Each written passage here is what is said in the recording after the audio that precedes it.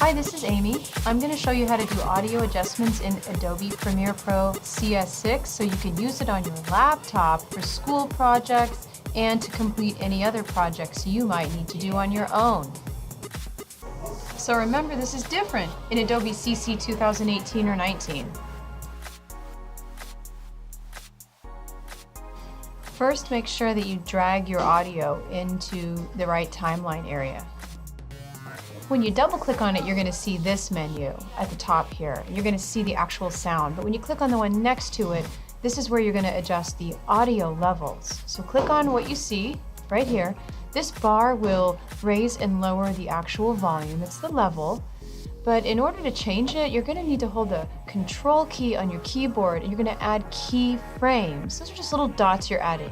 So you click on the line that you see what I'm doing right here. You're adding those dots and then you're dragging it up and down. So you're increasing and decreasing the volume level.